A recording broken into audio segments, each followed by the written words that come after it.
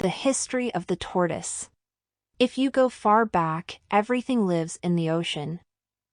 At different topics in evolutionary history, interested individuals from different animal groups travel to land, sometimes taking their own seawater in blood and cellular fluids. Even to the aridest deserts. In addition to the reptiles, birds, mammals, and insects that surround us, other groups that have conquered the water contain scorpions, snails, and crustaceans such as woodlice, land crabs, millipedes and centipedes, spiders, and different worms. We must not forget the vegetation, without whose pre-invaded land, no other migrations could have taken place. Going from water to land involves a significant reshaping of every part of life, and involves respiration and reproduction.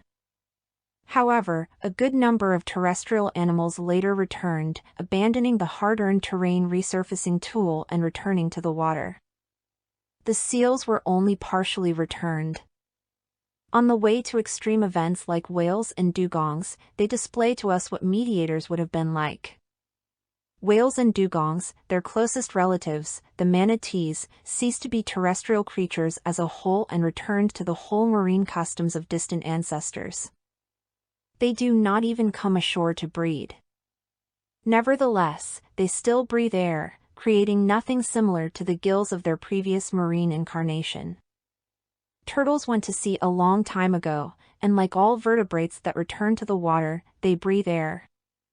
Yet, they are, in a way, less likely to return to the water than whales or dugongs because turtles still lay their eggs on the beaches. There is proof that all modern turtles are descended from a terrestrial ancestor who lived before most dinosaurs. From the earliest dinosaur times, there are two major fossils known as Progonocles quinstedti and Paleochirsis talampaiensis, all of which are closely related to the ancestry of modern turtles and tortoises. You may be wondering how we can tell if fossil animals lived on land or in water, particularly when only fragments are discovered. Sometimes it's clear. Ichthyosaurs are reptile contemporaries of dinosaurs, with paddles and streamlined bodies.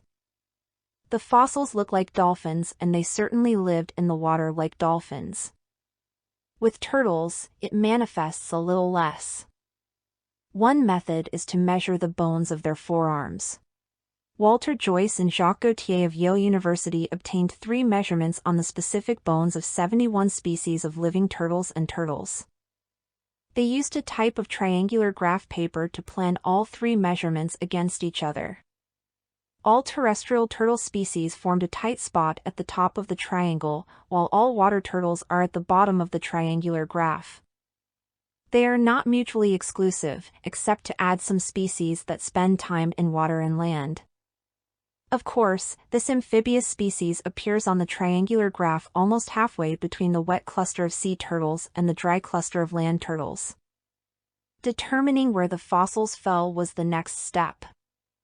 We have no doubt the bones of P. quinstedti and J.R. talampaiensis. Their points on the graph are the thickness of the dry mass. Both of these fossils are arid land turtles. They came before our turtles could return to the water.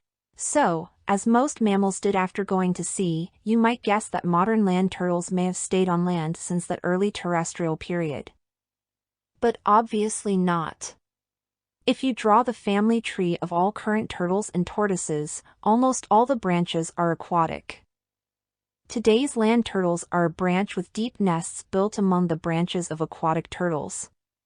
This suggests that modern land turtles have not relied on the land continuously since the time of P. quinstedti and P. talampaiensis.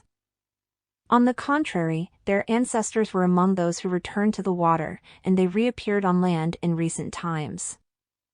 Therefore, turtles represent significant double returns.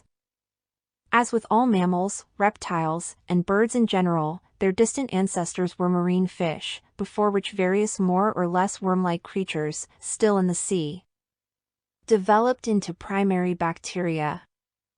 Later ancestors lived on the land and stayed there for many ages. Afterward, ancestors still turned into water and became sea turtles. Eventually, they returned to the land as turtles, some of which now live in arid deserts.